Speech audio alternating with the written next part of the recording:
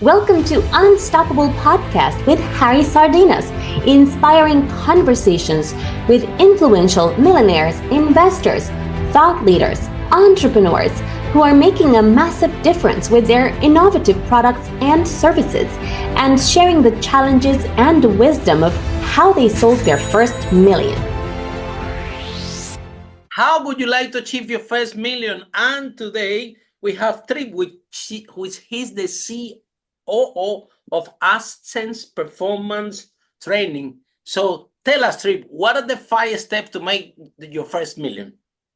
The first step is to solve a problem, right? There is no good products or services that aren't there that don't solve a problem, whether it be convenience, efficiency, solve a problem, right? And secondly is come up with a service that uniquely solves that problem, right? I like it. Thirdly is understand your demographics who want this product or service, right? Really understand, make consumer profiles, do demographic research. I mean, ChatGPT is an amazing resource for us to understand these demographics that we're trying to reach to and trying to sell our product or service to. Number 4 for me, and this is something that a lot of people don't do nowadays, is grassroots marketing and connecting, is walking into businesses, telling them what you're doing and see if you can make something happen with them. Wow. I think that we spend way too much time on the internet trying to connect when things really happen when we're in person. So going out, reaching out to other companies, parallel companies onto you, maybe, we're personal training, maybe a PT service that can join and work with you for referral programs. I mean, grassroots is severely underutilized in today's day and age. I love it. And then finally, the 5th step is your own environment, right? Especially if you're just starting as an entrepreneur, you're just getting going. If you have 5 people around you that aren't doing much, you're probably going to be the 6th person not doing much. So surround yourself with 5 people that are successful, that are in close to your market, mentor under them. So for me, environment's very important, making sure that you have a clean space that you're working with, making sure you're surrounding yourself with the right people, and making sure that you're not a hypocrite in doing what product or service that you're offering as well. Yeah. So tell us, Tripp, why you decide to become an entrepreneur? What happened? Well, in 2022, my mom had a stroke turned dementia. I've been in fitness my entire life, but I had to go home and take care of her. She was incontinent, couldn't eat right, and I was going to different doctor's appointments and rehab facilities with her, and understanding that there is a huge problem here in health and wellness, that a lot of this stuff, cancer-wise, metabolic disease, cardiovascular disease, they're all preventable if we take care of ourselves the right way. Absolutely.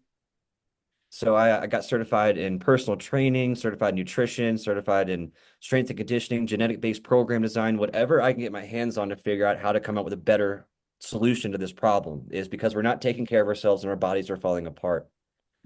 So long story short, my dad's concrete job wasn't cutting the bills for us, and I needed to go make some money for ourselves. I ended up getting connected with my now business partner, Brett Hutari, and we started Ascent Performance Training with that mission of trying to standardize and individualize health and wellness. So, and what I mean by that is, if I go to 5 different personal trainers right now, I'm getting 5 different reasons why, 5 different workout programs. I go to 5 different nutritionists, I'm getting 5 different nutrition programs. Why is that? Is because no one standardized the industry, right? There's no quantitative measurements besides caloric deficits and what have you, and progressive overload to really figure out what health is. I mean, right now we still use weight as a measurement of health, which is ridiculous. Yeah, I agree with you.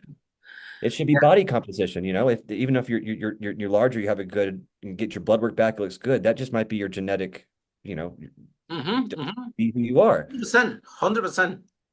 Yeah. So through this process, we came up with a process called health profiling. And what we do is we take genetic tests, blood work, a biomechanical assessment or movement screening, as well as family medical history, and we have a proprietary mix with AI, and we come up with workout programs that are going to tell you how you need to work out, eat, supplement, injury risk and prevention, cardiovascular risk, cancer risk, all above, to give people a full wellness program that's based off of their DNA and based off of their goals. So what really motivated me was I saw an issue in health and wellness, especially here in the United States, and wanted to come up with a process that could change that.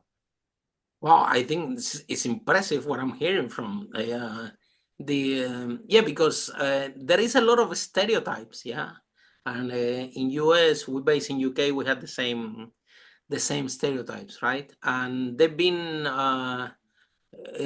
for long term in our minds, and they're not actually truth. Yeah, like for example, like you said, that we measuring health about the weight. Yeah, and Thank you. it should be the, like you said, the body composition, and also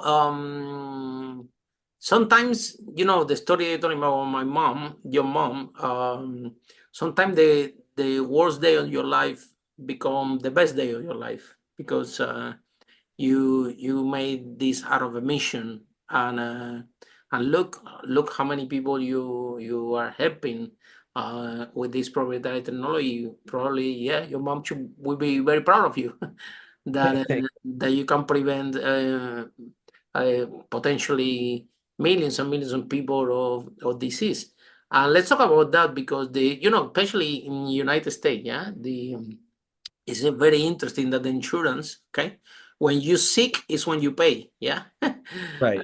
Should be the other way around, right? Like this, everybody, everybody will be interested to keep you healthy, right? But when you sick is when you pay, so nobody cares. So they give you 3,000 pills and good luck, and one pills help you one thing, and and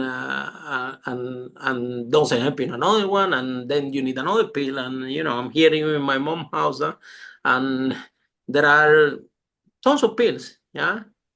And this is how society functions. Yeah, somebody asked me the other day, Harry, what pills do you take? And it was a strange question, yeah, because I don't take any pills. Yeah, I try to, regardless that I'm a little bit overweight, I would say. We take care of our nutrition properly, and we take close of it. I did a blood test the other day, didn't give me any diabetic or any um, anything. It ticks all the boxes, everything was fine, which is a reflection of what you're saying, right?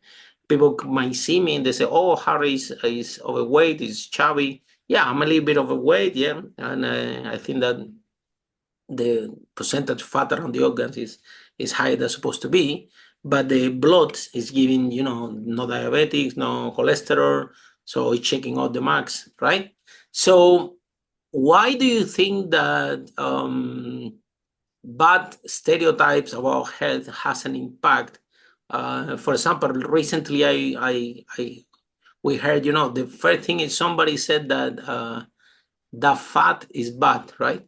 And and then we have the light yogurt, all these. I'm even worried to take a product that all the fat is removed and added with something else. And of course, good fats are good, bad fats are bad. And the same thing with sugars, right? It's not the same the sugar that you add in your cup of coffee that the sugar that you take from fruit.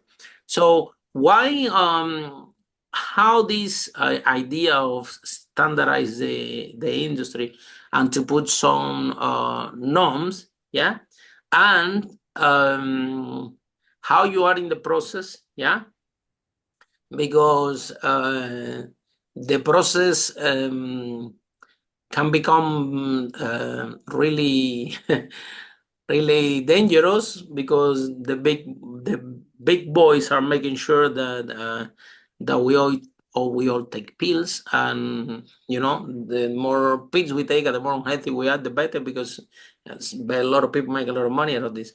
So why you decide to take this battle, which is a huge battle, but it's for everyone have a better life at the end of the day, right? 100%. The big thing is we had to first figure out what the problem is for to stop that flow coming down, right? And the big thing here is a lot of misinformation, right? Tons and tons of misinformation. Every time we go on social media, there's something, oh, try this water cleanse, or try this water fast. And let me close the door real fast. Yeah.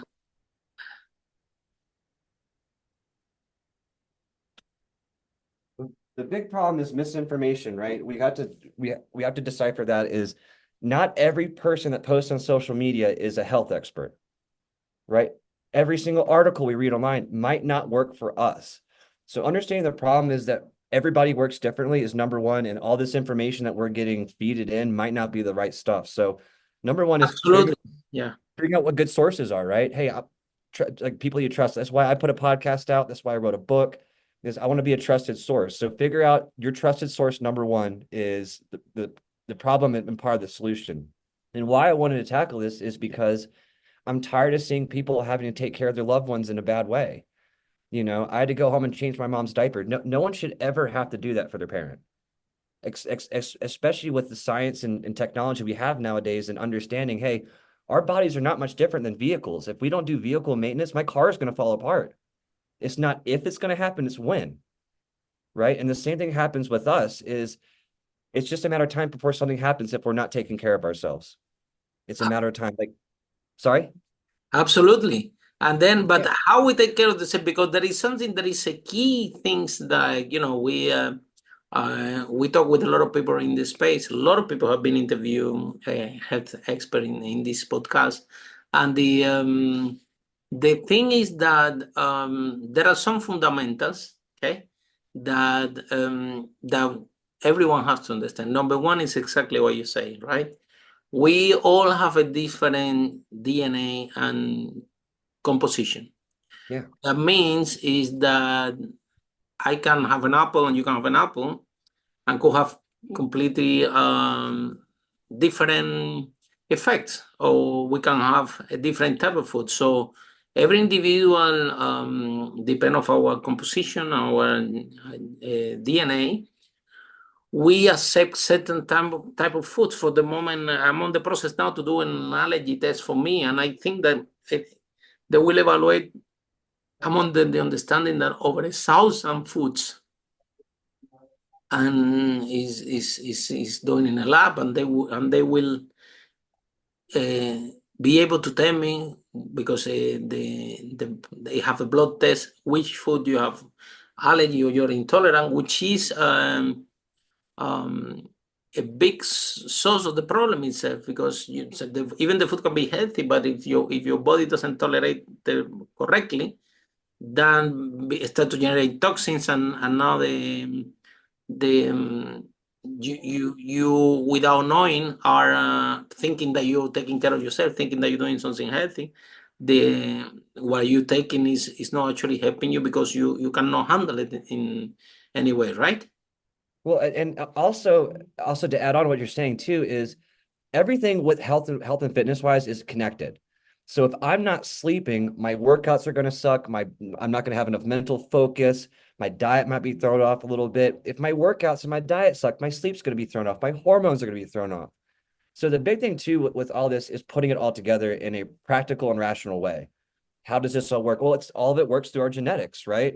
I might have a night owl bias, but I'm a morning person. So what do I do for that is, I go through better nighttime rituals. I do sleep journals.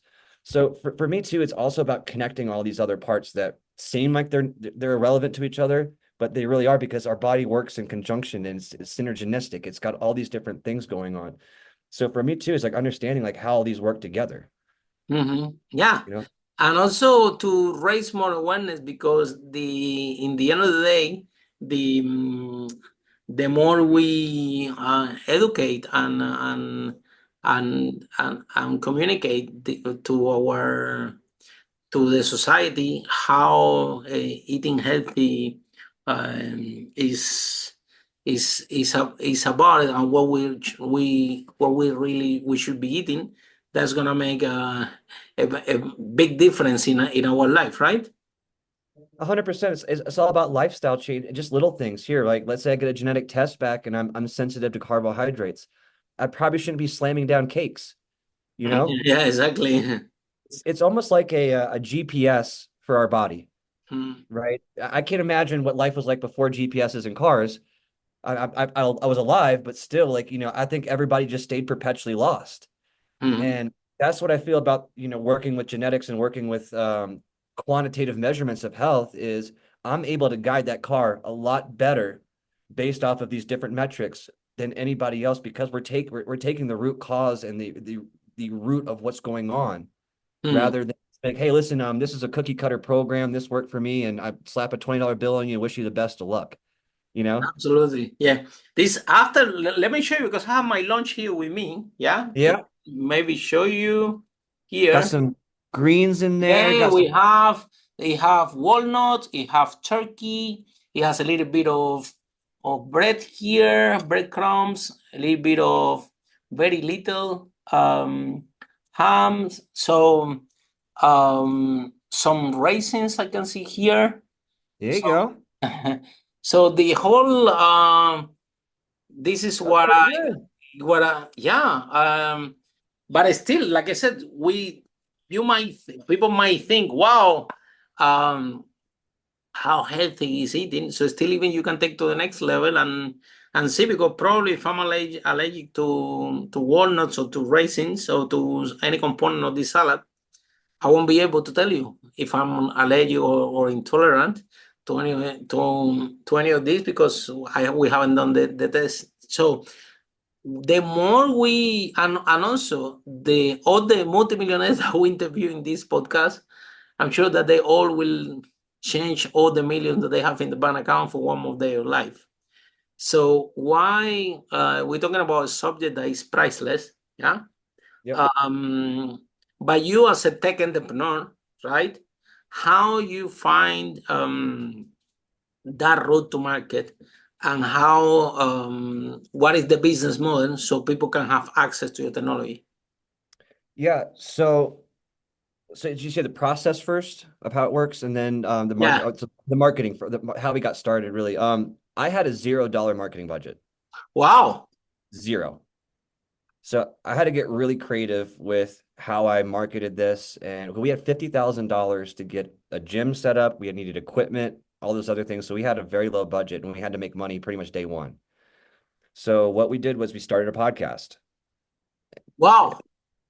And we both Brett and I, my business partner, we were both musically inclined. We had a bunch of music equipment. Like, why don't we just start a podcast? It's free for us. We can get our message out there. We can interview other people, start networking. So the podcast was really big for us to get started, and it also gives us a bit of what's the word, credibility. You know what I mean? Absolutely. Oh, they got a podcast. They're doing things. And then secondly, what I talked about with this 5 steps is grassroots. I would go door to door. I'd, knock on doors. I talked whatever I needed to do to get this business going, and it worked. Wow. That's really impressive. You're really passionate about it, right? I really want to make this change. I mean, we live in such an irrational world that I really feel like a rational approach to taking care of ourselves is so needed right now. But yeah, our business model is we have a studio here. We train one-on-one. We do some class work with some senior homes in the area. Most of my genetic stuff is virtual. So if someone is looking to do it, it doesn't matter if you're in Alaska or Florida, we can get it done. We ship you the test or what have you. We prefer working in person, obviously, because of the accountability factor. But we also have referral programs or brand ambassador programs. Let's say a personal trainer, nutritionist wanted a deeper dive into their clients. We offer a brand ambassador program. Hey, listen, you sell this many tests, you get this kind of thing. So we're trying to do everything on a low budget. Absolutely. But this is the way of doing it. And knock on the doors and get the product. Because guess what? If people are buying it, well, this is a very good news. This is the need for it, right? But also you were talking about the AI and the technology that you guys developed. This is the more difficult part, because you need software developer. This thing is expensive, and now you're in completely different ballgame, because it's a tech business, which is the dynamic is completely different. That actually having a gym and have a personal training one-to-one. When it comes to technology, yeah, it's more lucrative, but it's more risk. Is getting the product market fit is you guys, I presume, are not developers, right? Or No. I can tell. So, so how has been this journey, and how you embracing this journey? I think that the company have a big potential. Honestly, I think, yeah, Thank you. that you have a huge potential. And but tell us, how has been the journey about developing the technology, the proprietary, I don't know, patent or whatever system you have in place in the United States, and what are the plans for the tech part of it? That's great questions because I honestly got into this business not knowing anything about AI whatsoever. I was originally doing all these programs by hand. So I'd get your genetic test, Wow. I get your blood work, I get your biomechanical assessment, and I'd sit there and I'd cross-reference everything. It's like, oh, you have COL-A15 is unfavorable. That means that you have a high propensity for ACL ruptures and Achilles ruptures. And I see through your biomechanical assessment, you got a bad gait analysis. So now I'm able to take all these different factors and put it in, but it was a pain in the butt. It was So you terrible. have a lot of documentation to process, yeah, Yeah, database so as well. So I was like, I got to figure out a way to do this. So it started off last year using ChatGPT, putting in certain prompts, using that, and then spitting out information that I needed. But it's Wow. honest, this has gotten to a point now. Thank the good Lord that I've been networking and I've been doing the grassroots because now I have a handful of people that do programming and would be interested in trading off a little bit of equity to build the program out for us. Wow. That would be amazing. My roommate's actually a program as a developer, so he's actually helping me in exchange of a little bit of equity build out this program. And it really this needs to go to that level of being an app because the applications for that are going to be insane. And for example, is just take the military, right? They go through basic training, they're already getting shots, they're already getting testing done, they're already getting blood work done. All they got to do extra is spit into a tube, get the analysis done. When they're done with basic, I could tell them based off their DNA. And it's like, hey, this person's got a high propensity for basal cell skin cancer, melanoma. Three of his top four are all skin cancer related. So maybe we shouldn't station them in Hawaii, right? So at that point, we're preventing things from happening so that the VA are gets alleviated a little bit. Yeah. Right. Same thing with sports. If I'm able to have a professional athlete come in and understand, hey, listen, you have a high propensity for ACL rupture. What we can do is we can put you on a prehab program instead of a rehab program, so you never get it hurt. So with the AI coming into all this, we only know about 4% of the whole human genome right now. But the company we work with, Gene Planet, they do something called whole genome sequencing. So every time, let's say a Mayo Clinic or somewhere out in the EU has a third party tested through people study on genetics, they'll automatically update your profile. So Wow. with our program, as soon as that's updated through AI, through the API, it'll update your program based off of that information automatically.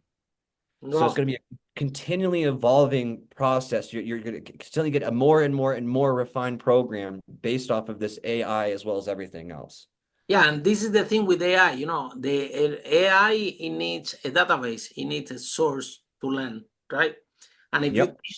if you teach the machine good things, it's gonna learn a lot of good things. But if the source, the teaching, the database, the information that you give into the AI is not accurate, is not incorrect, then what's gonna happen is it's gonna learn bad things, right? Right. So Just like us. yeah, exactly, looks just like humans. So how you guys in from the because I can see a lot of potential, for example, in preventing illnesses, yeah, in I don't know United States, but in United Kingdom, when the when the government pay for it, that would be very interesting because the less people sick they have, they save more money. So Well, any good idea that you can get them to save money to have less people sick is good for them. So well, they will embrace this type of technologies, I presume, right? well, that's our goal too. Is I'm at least in America, I know EU is working with health scores and those kind of things, giving you a better opportunity to choose insurance. But here in America, it's just a flat rate for everybody, right? But even here, like if you're a good driver, you get good rates. If you're a bad driver, you get bad rates. It makes sense based off of your history. Mm-hmm. We're in the process, fingers crossed here, working with an insurance company Mm-hmm. that will be able to, hey, everyone's got to get a checkup anyway when they're getting their getting insurance. But why not add this part to the profile and be like, hey, listen, this person goes to the gym 4 times a week. I can tell by their grocery bills they're eating right. I got their genetic test back. They don't have a lot of cardiovascular risk. They don't have a lot of this risk. We're able to adjust those rates insurance wise based off of how healthy you are instead of you paying a flat rate, lumping everybody in. Yeah. So in the end, for the insurance companies, they're going to make more money because they're not paying out premiums out of the you know what, right? And on the back end for us, it's going to make us accountable because we're going to want to have better rates. Like, well, maybe I should go to the gym 3 or 4 times a week, but there's no incentives to do that here. So I want to make a very big impact in all those different forms and fashions. It doesn't matter if it's That would be amazing. That would be amazing that the insurance company will tell you, hey, there you go. Yeah, this is how much you're going to pay, right? But you have to go to a gym 3 to 4 times and you need to eat this type of food, right? If you don't do that, then your insurance will go high. yeah, That's and amazing. People say, well, you know what? I better go to the gym and eat healthy. I don't want to pay more for insurance, right? And then is in the preventing side of it, yeah. And for the insurance company, it's good also because if the person is healthy, yeah.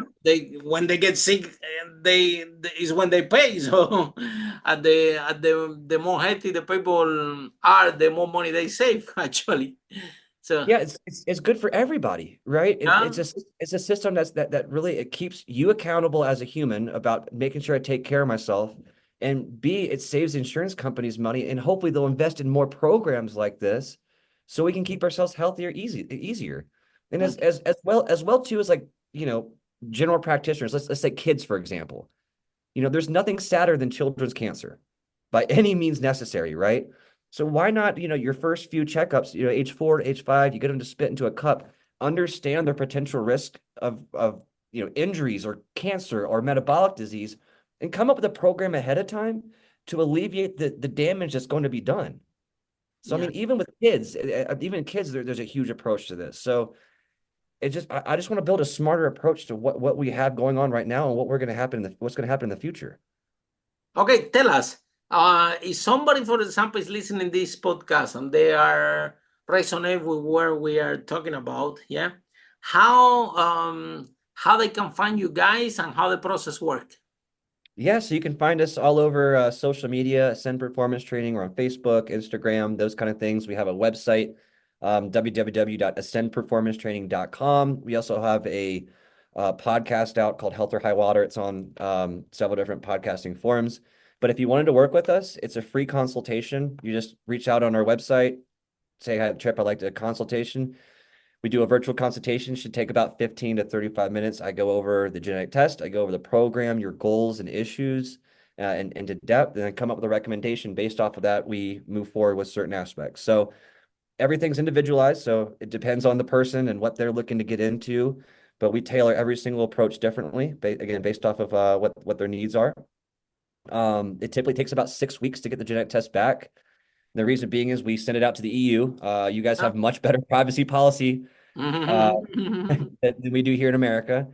But it takes about 6 weeks to get back, and then we have another free consult. I go over your genetic test. I go over what the program is going to look like, and a few days later, you get your program.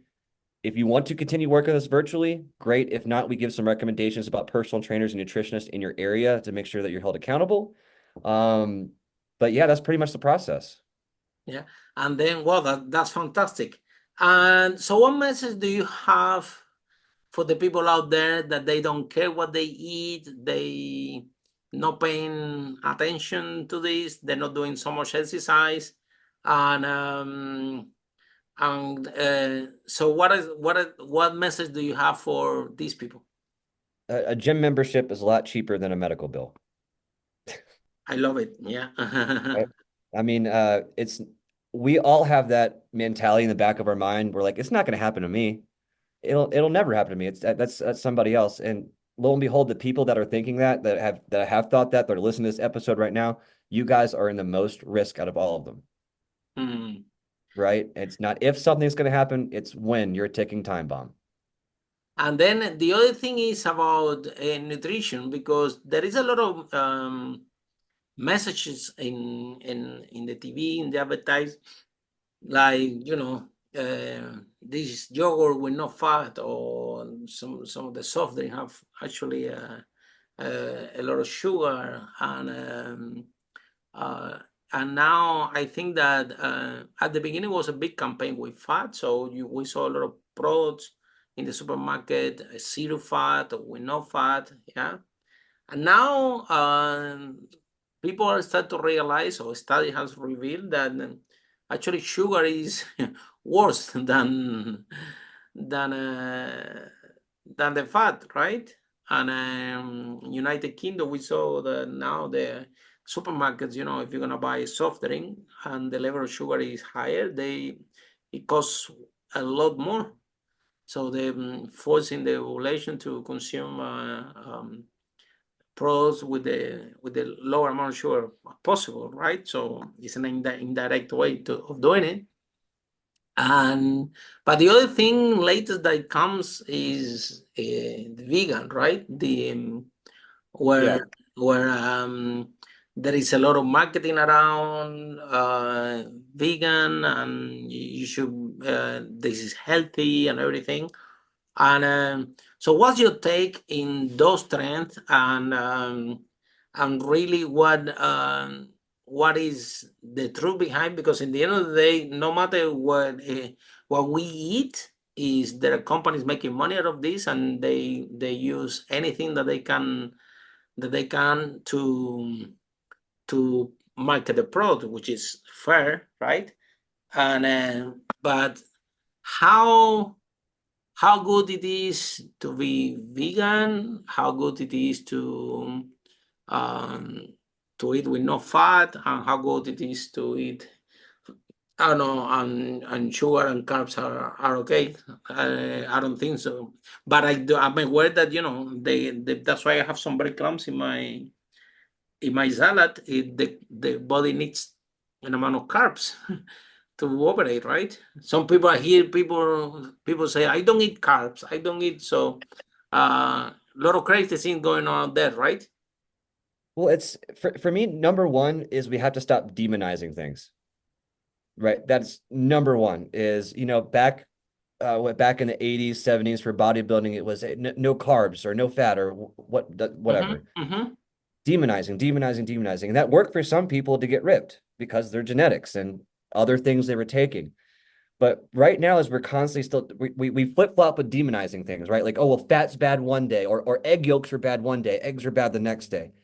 And really it matters on you. It matters on your genetics and if those kind of foods work Absolutely. for you. Absolutely. Just like, just like fats, there's good and bad fats, right? HDL and LDLs.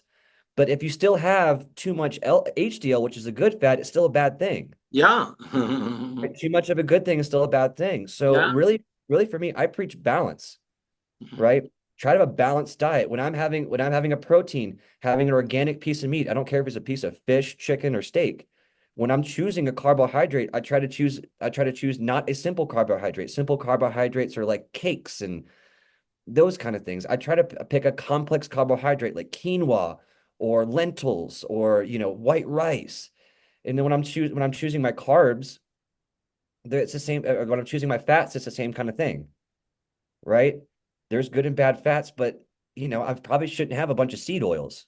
Those Yeah. have been those have been proven to be bad. So, stick more of the coconut oil, those kind of areas. So for me, it's about balance, stop demonizing things, and actually learning what each of these do. I highly recommend everybody go out and look up what a protein is, look up what a fat is, look up what a carb is, because that's going to give you the power in the aisles and the shopping centers to understand what's good and what's bad.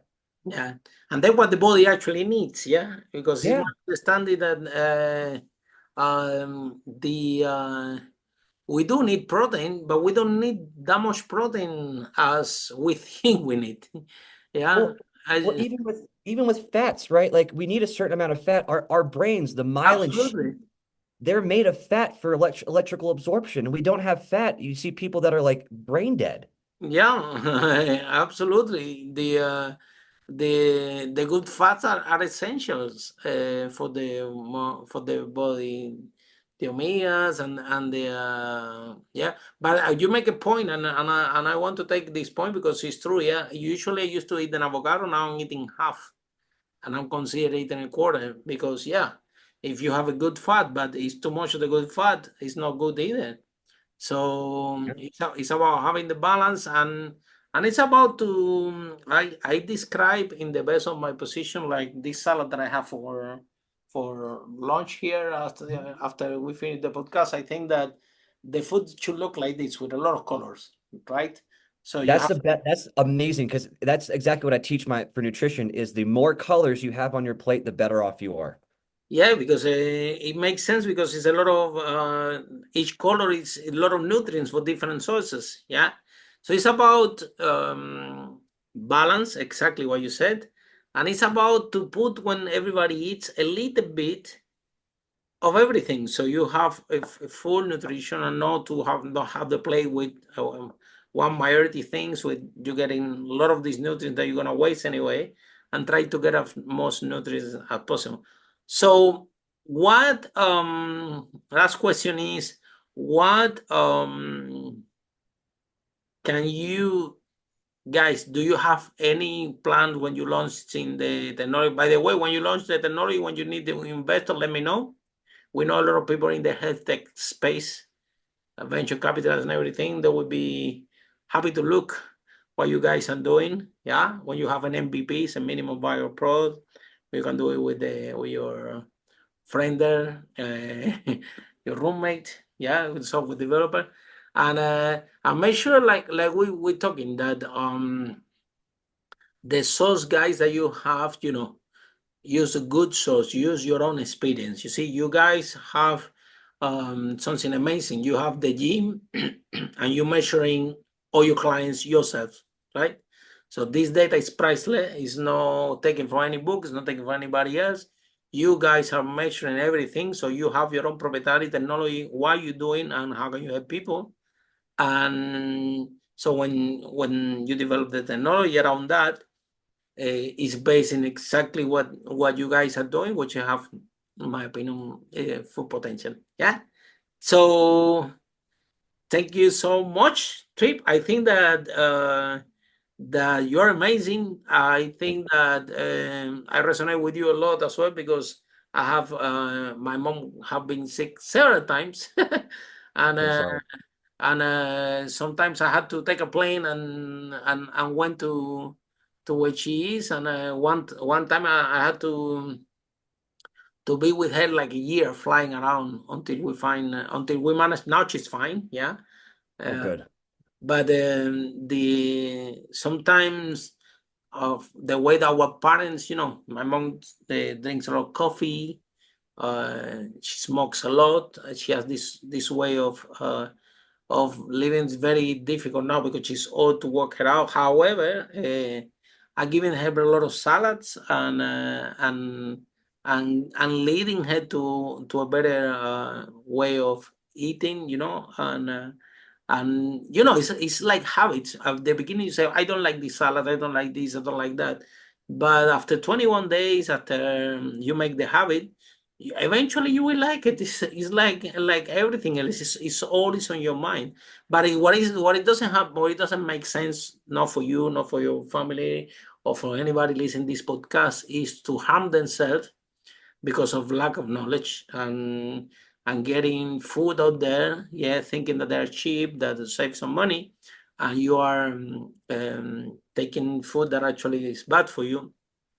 Well, the food should be like medicine, right? It's like to keep you healthy. So with that note, Tripp, thank you so much. We wish you the best, yeah.